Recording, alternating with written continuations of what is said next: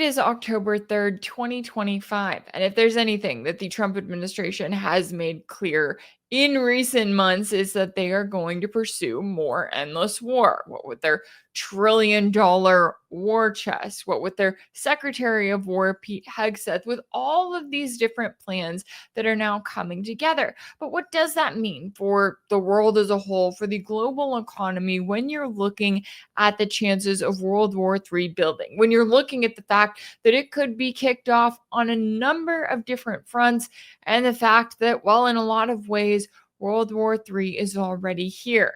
Well, we got into all of the latest with a special guest earlier, so let's take a listen to that conversation now. Joining me now to discuss is Gerald Celente, founder and director of the Trends Research Institute and publisher of the weekly Trends Journal magazine. Gerald, thanks so much for taking the time to join me.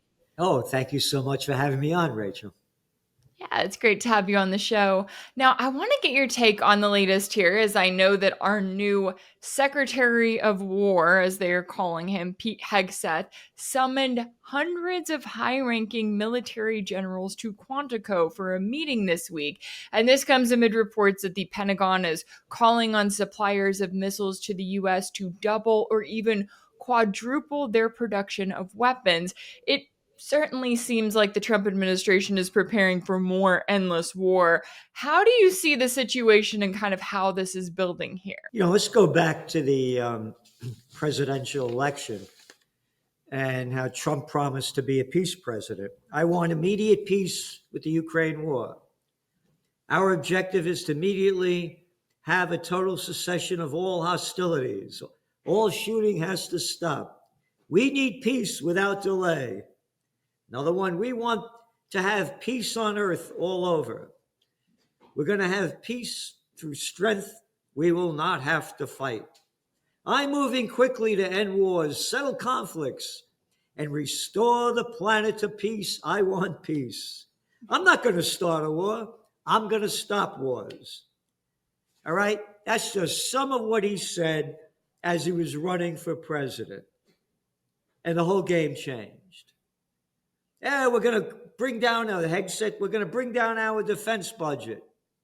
Wait a minute, it just topped $1 trillion. No, this is it's disgraceful.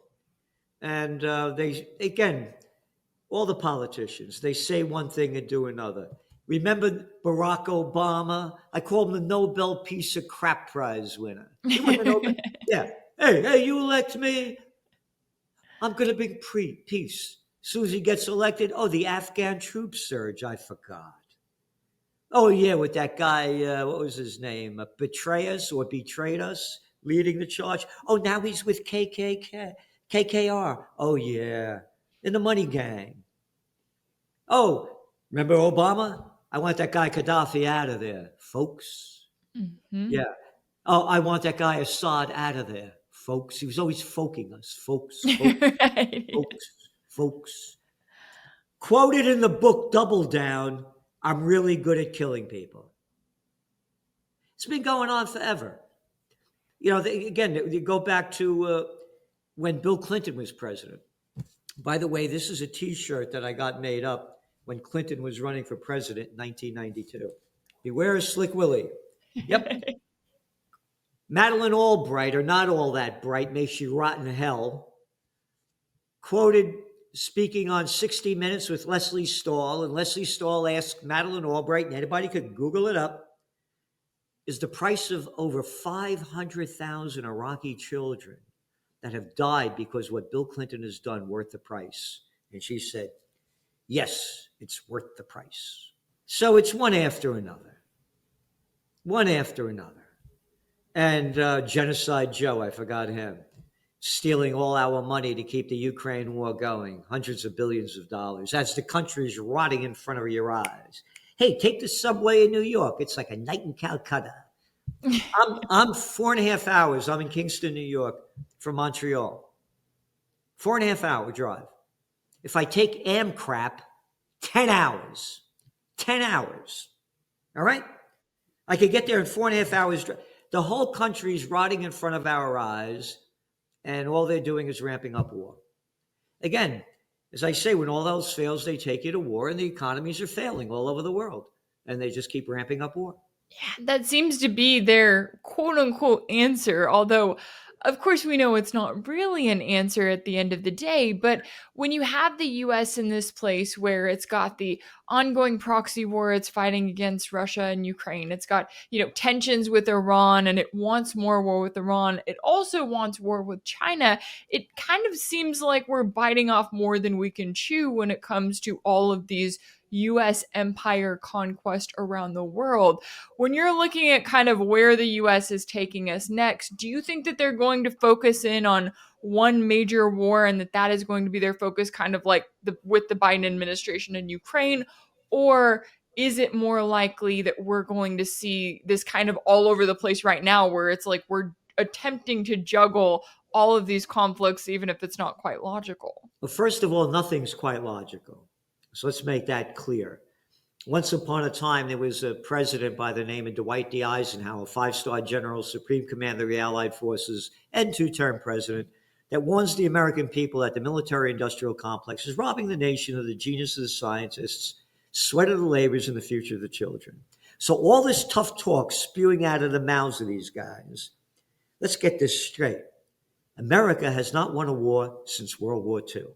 And to make it perfectly clear, and hated for this, couldn't have won it without the Russians.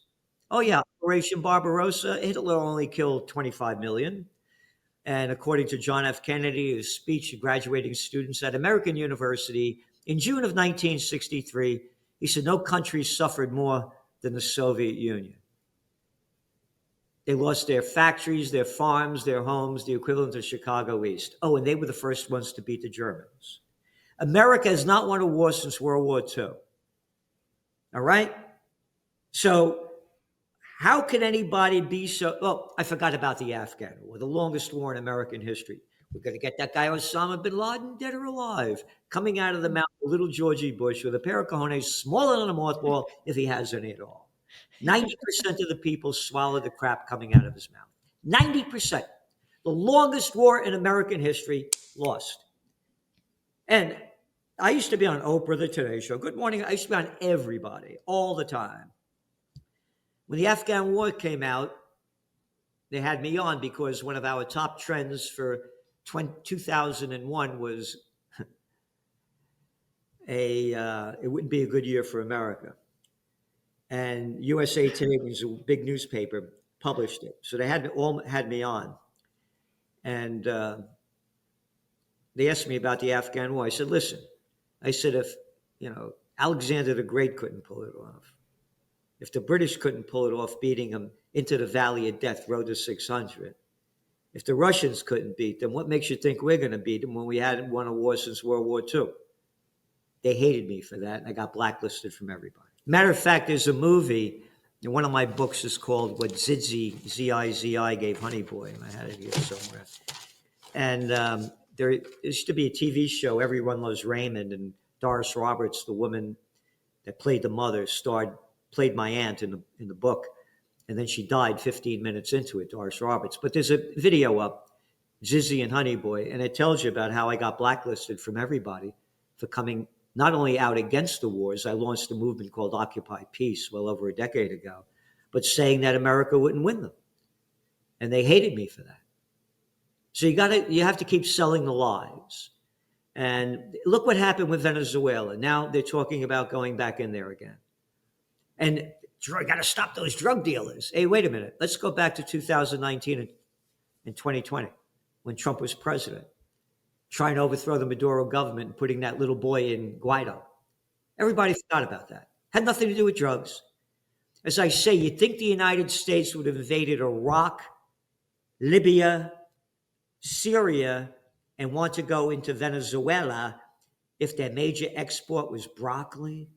Yeah, now you had this current situation where, and even just, speaking of the things that Trump says, when he's talking about, oh, we're gonna get Bagram Air Base back. And I'm like, wait a second, did you not learn from the last 20 years in which we learned it from the Afghan papers, right, that were published that told us that the US military, the top generals, the US government, they knew the entire time that there was no winning the war in Afghanistan, but they also didn't want to come out right and lose it. So they just kept kicking the can down the road and extending it further and further until finally, I guess we had some sort of official defeat at the end of those 20 years. But when you look at the position that the US is in compared to, say, what we've seen in recent weeks, right? We had the Shanghai Cooperation Summit where you had all of these countries getting together, Russia and China and India standing together and saying, hey, we all have our differences. We have plenty of things that we don't agree about, but we are agreeing to work together. And they're all kind of eyeing the US.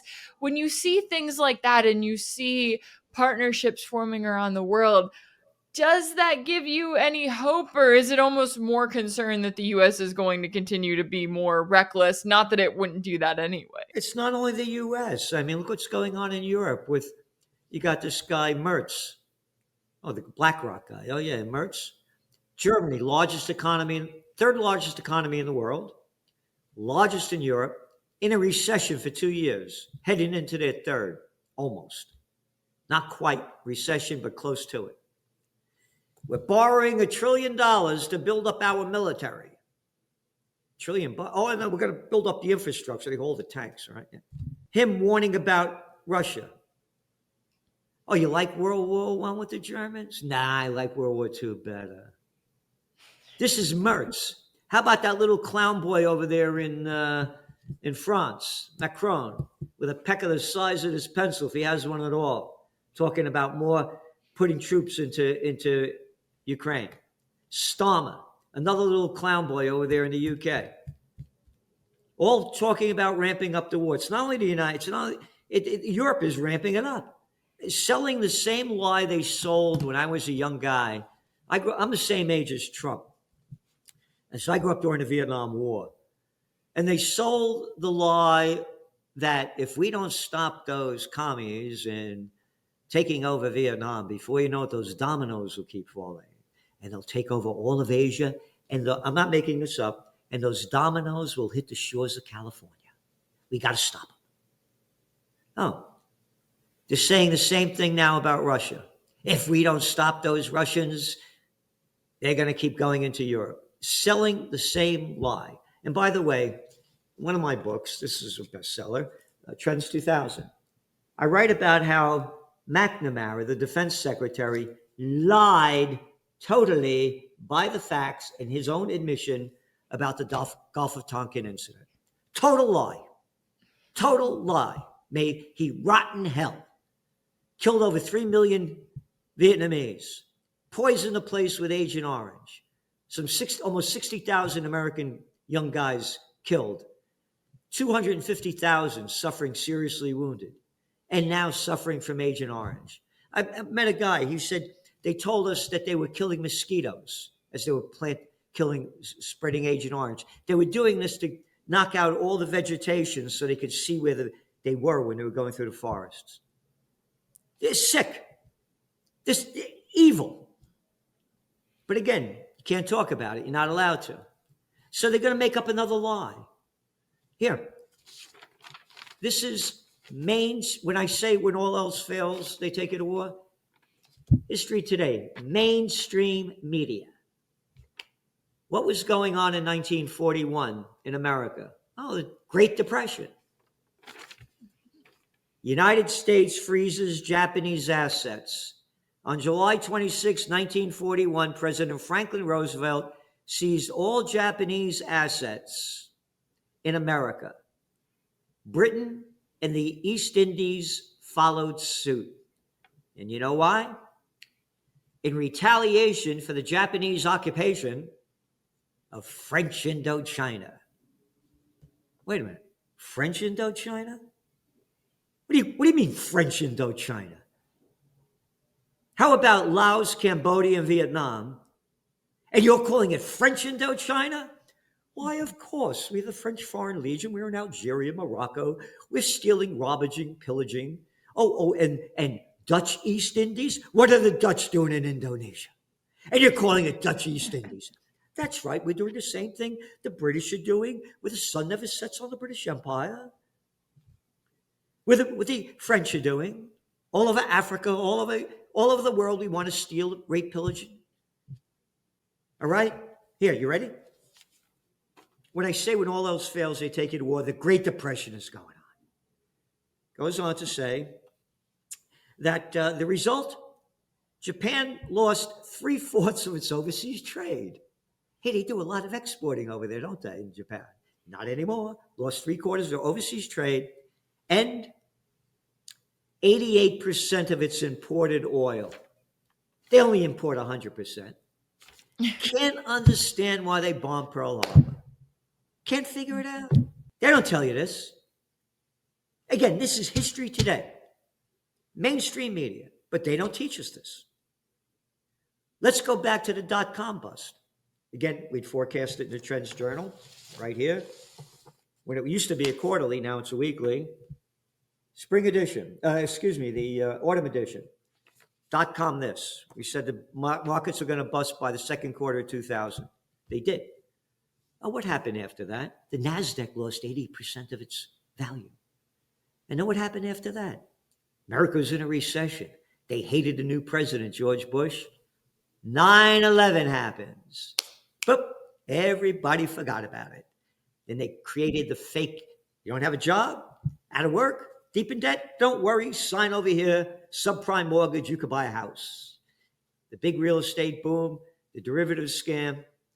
I'm telling you, when all else fails, they take you to war. That's my greatest concern. The global economy is failing. Oh, don't believe me. How about the OECD came out with the article last week? Global debt is nearly $340 trillion. Yeah, that's incredibly concerning. Wow. And when you look at the economic angle too, and what you're talking about with these trends, right? How you kind of go through it time and time again, and you look at the position that the US is in right now, where, as you were pointing out, you've got a lot of people that are looking at the president that they just went out and voted for, and they're like, wait a second, you promised us this and you promised us that, and we're not pursuing peace around the world. But the US establishment doesn't care about that, right? They care about how the people are distracted. They care about, what this thing is that the media is throwing in front of their face right now. So what are your concerns when it comes to what we could be getting into and how that could then further affect not just the US, but the global economy if we are looking at a serious, World War III type scenario? Oh, I'm concerned. There was this cat by the name of Albert Einstein, knew a thing or two about the atomic bomb. That guy. What did they asked him, what kind of weapons will be used to fight the Third World War? He said, I don't know, but they'll be using sticks and stones to fight the fourth.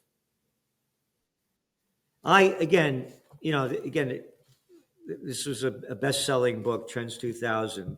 They invited me to Virginia Military Institute, VMI, in 2000 to talk about, which I wrote about, new millennium warfare.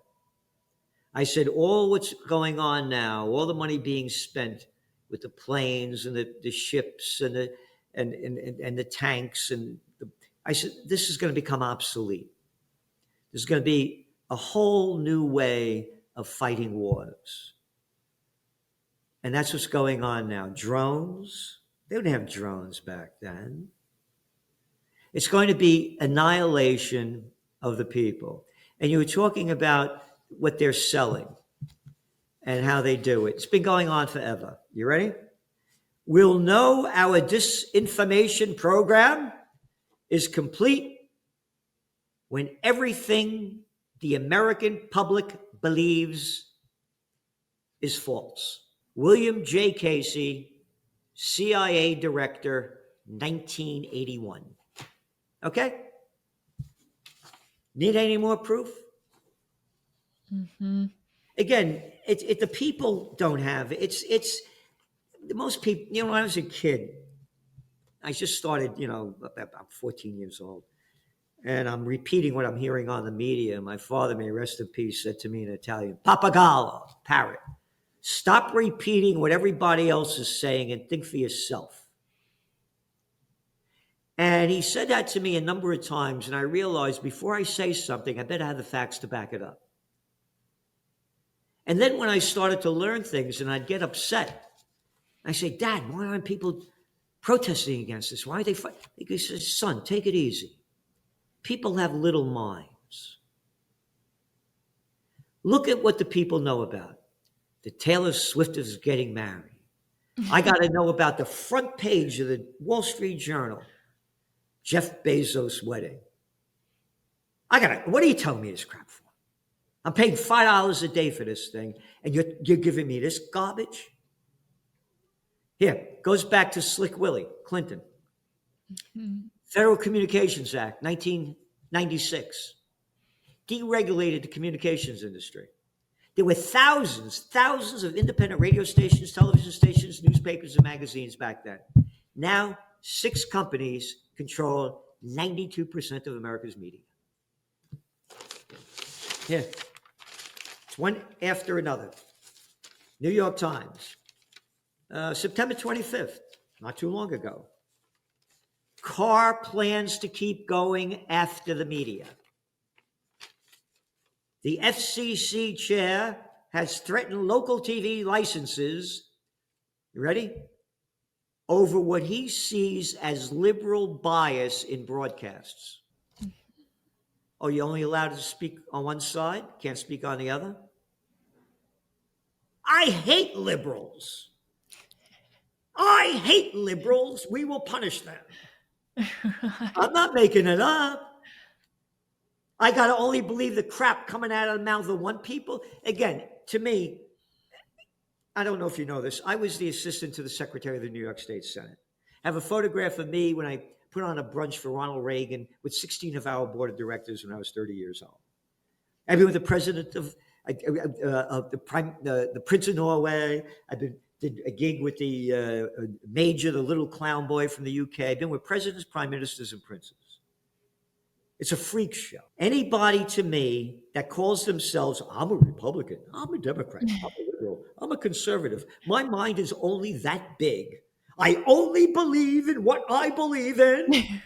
That really is the message that they're sending. And what always is worrisome to me is, because I'm with you, I look at the, Democrats, Republicans, and I'm reminded of all of the ways that in Washington, they get along perfectly fine when it comes to a number of different issues, right? When they're passing $1 trillion war budget, they are all coming together and everything's good and fine. And then they convince you that they disagree on some smaller social issues. But when you look at the fact that, and we've seen this time and time again, one president who is a Republican does something, and then the next president who's a Democrat comes in, doesn't change anything and continues that abuse of power. So now you're seeing someone like Trump come in. He, comes in with all of this support from a segment of the American population who are all completely on board with, oh, yes, you need to silence so-and-so. I mean, we saw this in recent weeks with the murder of Charlie Kirk, where all of a sudden people were on board with, oh, we need to silence anyone who doesn't say the right thing about this event. And they were completely fine with all of a sudden cancel culture had, I guess, found the other side of the aisle. What are your concerns with how indoctrinated the American people still continue to be? They still haven't figured it out, even though we keep saying the same thing time and time again. Again, it's been going on forever. Again, like I say, I'm a political atheist. I don't believe in it. Here, about 3 weeks ago, I took out the domain name wethepeoplesparty.us. And then last week, I took out the domain name wethepeoplesparty.world. These domains should have been gone when the internet revolution happened back in the 1990s. That shows you the lack of strength of we the people. There's no fight out there. And again, it's in every country. They're ruled by, just to make it clear the way I feel. This is a t-shirt you could get by going to trendsjournal.com.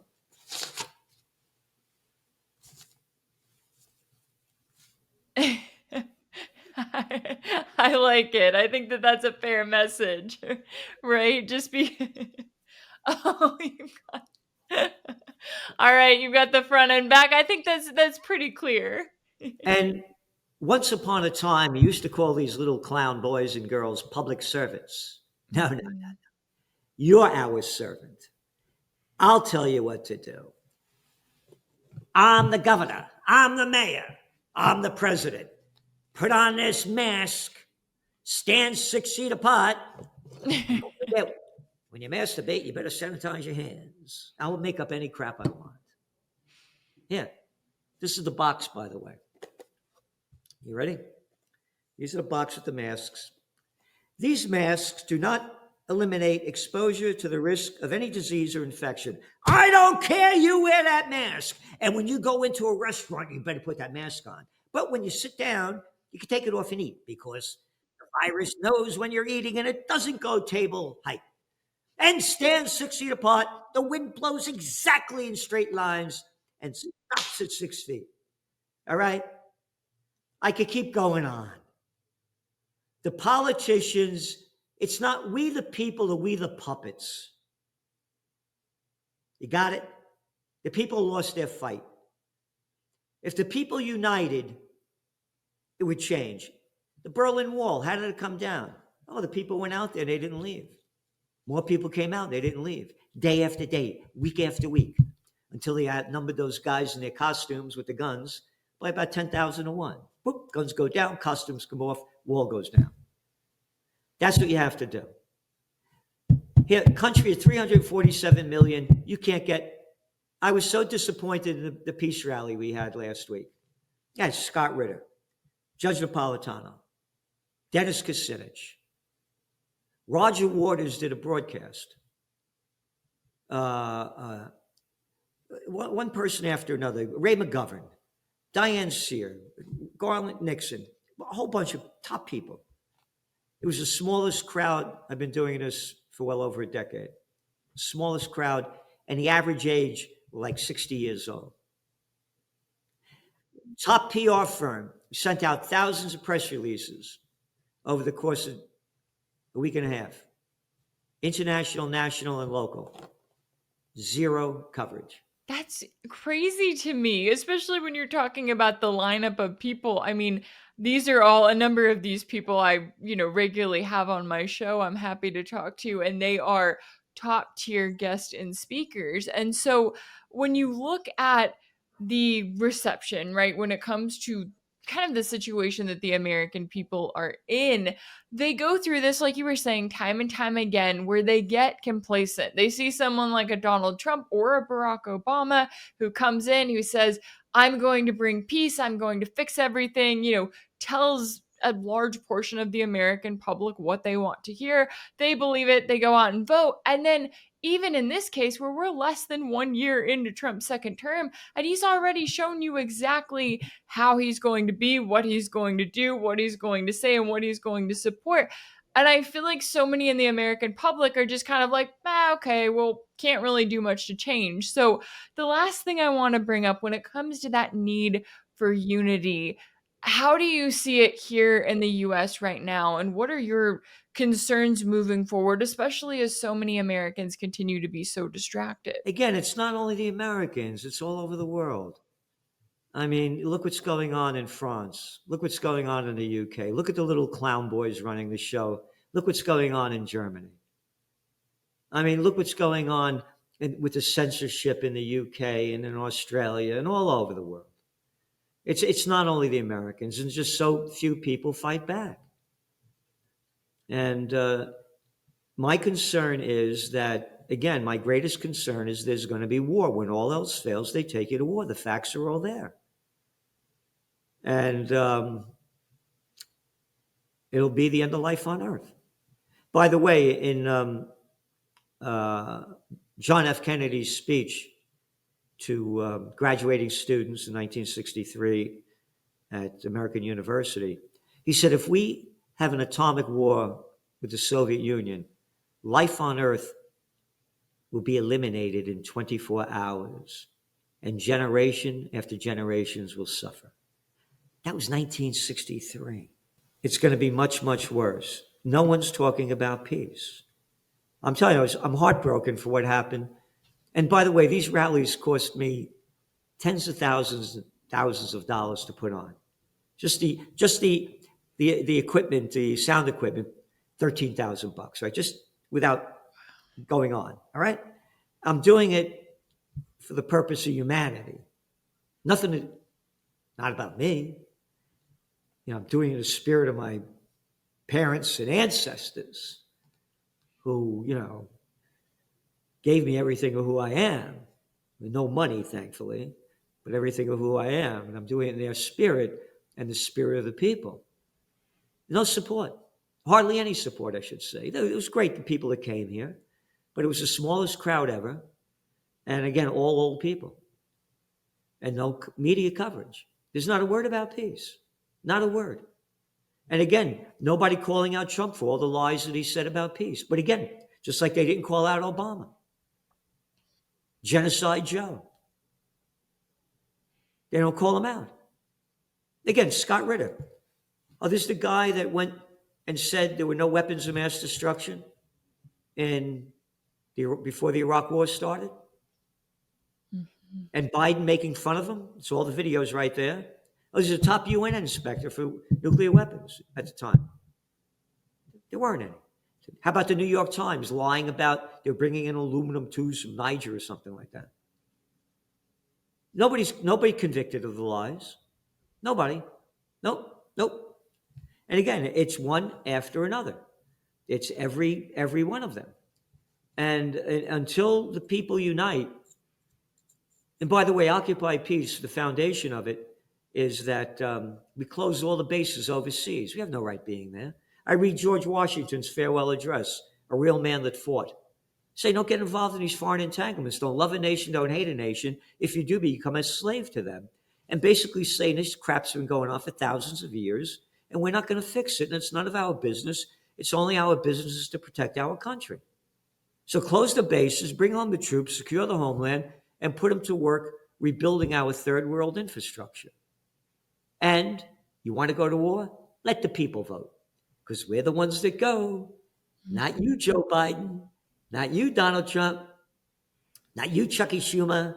Not you, little Lindsey Graham. Only we, the people of Slavelandia. So again, it's not only the United States, it's all over the world. Again, look at Napoleon's march to Moscow.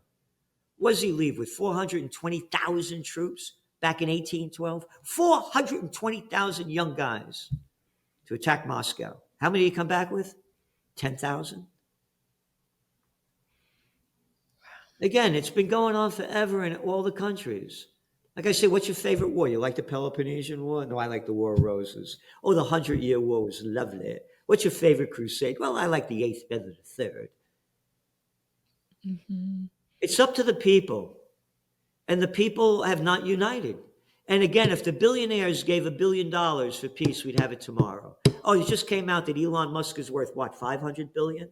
Hey, Elon, how about $1 billion for peace? We could have peace like that. Hey, how about $1 billion for peace? I'll tell you another story. I have 3 of the most historic buildings in America. It's on the most historic 4 corners in America. You can look it up. Only place with pre-Revolutionary War stone buildings. I have 3 of them. That's where I have the rallies in the big garden of the Franz Roggen House, 1750. Warren Buffett's son, Peter, used to be a tenant in my 1763 Dr. Person's house, Dr. Jensen. He has a Nova Foundation. Never gave me a penny for peace rallies. Never gave me a penny. Wow. That is so interesting. And yeah, it's a reminder too. And I think you brought up a really good point, drawing that emphasis to the fact that it is the average Americans. They are the ones who would be fighting in, whatever the next war is, wherever they're being sent. It's not the politicians, it's not the elite in Washington. And yet it's the American public that continues to be distracted, that continues to think that, oh no, we're fine. Well, that, and as you were also noting, the European public, right? How many different Europeans right now are being offered up by their politicians for war with Russia? Just send troops to Ukraine. This is going to quote unquote fix everything, and yet they continue to be more and more distracted. Well, I really appreciate the work that you're doing. I appreciate you taking the time to join me today to break down all of the latest here, and I'm hoping that it draws some more attention to the rallies that you're putting on and to the movement that you are continuing. And I do believe it's going to get stronger, even if we're kind of in a little bit of a lull right now, unfortunately, with everything that's going on politically. But thank you so much for taking the time to join me today, Gerald Celente, a founder and director of the Trends Research Institute and publisher of the weekly Trends Journal. Thank you so much for your time. Oh, Rachel, thank you so much for having me on, and thank you so much for all you do. And they used to say that if only women were in charge, we wouldn't have war. That's the lie they used to say. And then, of course, there was Hillary Clinton, Samantha Power, Susan Rice brought the Libyan war. I could keep going on and on. Hillary Clinton asked on doing a show, and they said, "How do you feel that you found out Gaddafi was killed?" "We came, we saw, he died. The video's right there. And you're the woman that's doing the thing in the real spirit of humanity, and very few. And so thank you so much for what you're doing. And we have to unite for peace, because if we don't, we're going to die in war. World War III has already begun. There's just going to be a false flag event like the Pearl Harbor that'll make it official. It's already begun. Yeah, good to keep in mind. Excellent insight. And thank you for your time today. If anything in this video resonated with you, be sure to like it, share it with your friends, leave a comment, and as always, don't forget to subscribe. And if you want to keep up with all of my work, make sure that you're subscribed to my page on Substack. That's rachelblevins.substack.com. That's where you'll find ad-free videos and new weekly episodes of my exclusive series for paid subscribers called Sanctioned. You can also check out Sanctioned over on my page on Patreon. That's patreon.com/Rachel Blevins. As always, thank y'all so much for all of your support, and I'll see you next time.